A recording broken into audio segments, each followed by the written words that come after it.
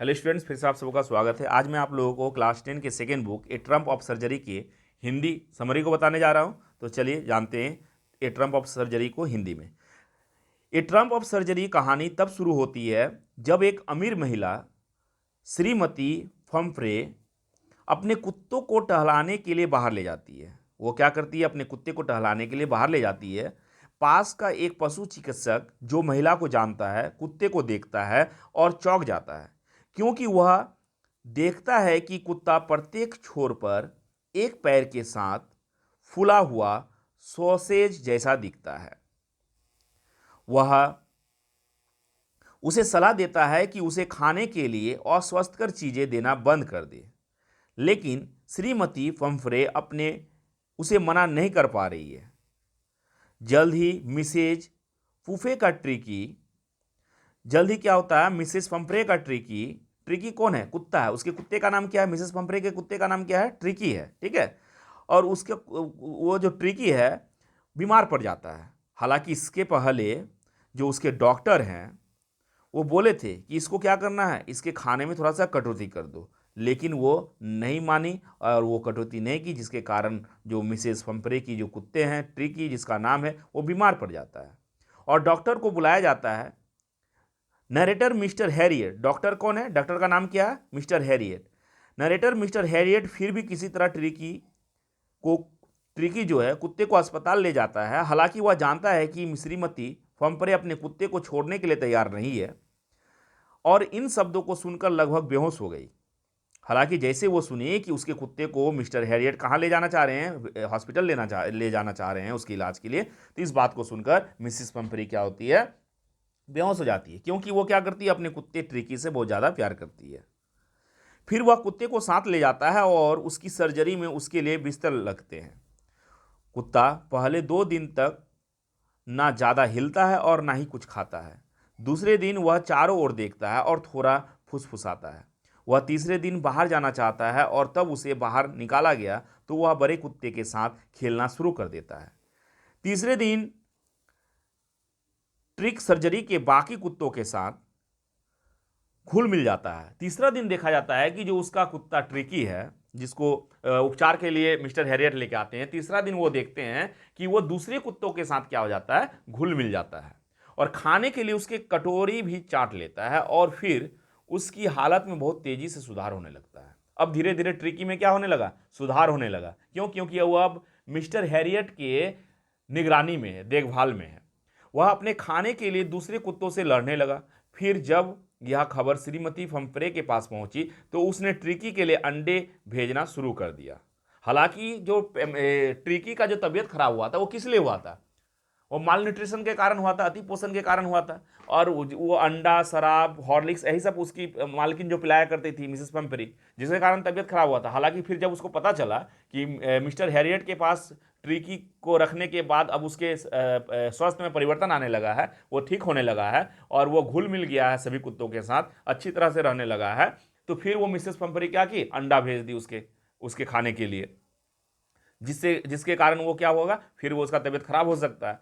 तो ये इस जिसके कारण वो तबीयत खराब हुआ था जिस चीज को खाने के लिए, मिसेस पंपरी फिर से वही गलती कर रही है। तो फिर जब यह खबर श्रीमती मिसेस पंपरी के पास पहुंची कि उसके कुत्ते में, उसके ट्रिकी में बहुत ज्यादा सुधार हो रहा है, तो उसने ट्रिकी के लिए अंडे भेजना शुरू कर दिया, क्योंकि उसे लगा कि ट्रिकी एक बीमारी से उभर रही है और उसे ऊर्जा, खाद्य पदार्थों की आवश्यकता है। तो इसीलिए वो क्या करने लगी? उसके लिए खाना भेजने लगी। मिस्टर हैरियट और उसके साथी उन अंडों को सुबह के नाश्ते में खाने लगे।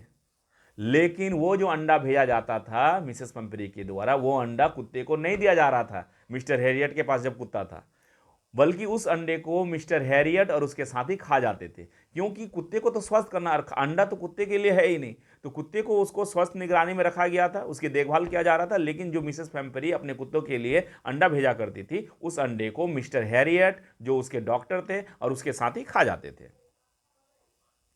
फिर ट्रिकी के खून में सुधार के लिए श्रीमती पंफरे ने वाइन की बोतलों में भोजन भेजना शुरू कर दिया।